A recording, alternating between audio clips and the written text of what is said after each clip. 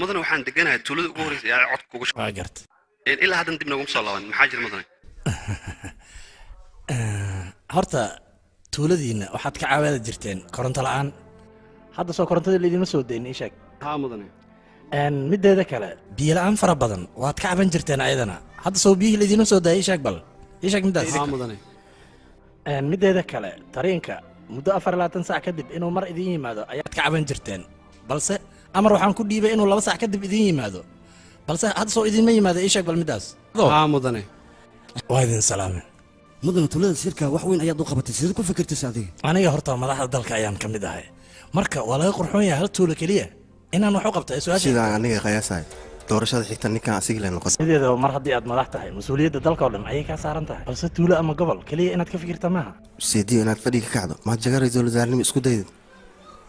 jagada markuu qabto soo u farxaya arag anigana markaan saan arko korkeyga dab ayaa ka kacayo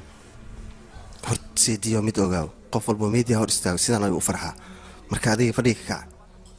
iskuna day inaad ra-iisul wasaarnimo isku sharxo intaan kadib aniga ma dulqaadan karo waxaan rabaa inaad labada xisbi dhexdooda aad dab ka shidid oo weliba aan laysu imaaninba horta sidiyo mid aan kuu sheego siyaasaddu waa laba dhinac labadaas dhinac waa inay siyaasadda isla wadaan haddii ay labada dhinac siyaasadda isla wadaan annaga wax mana hagaagay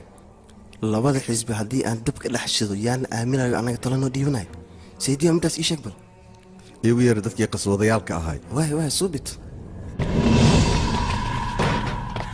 nakeena asxaabeena keena wiilashii kuleedkeena ku jira ayaa la garaacoya soo baxa filimkan waxaa loogu tarjumay studio Fanbroch Mogadishu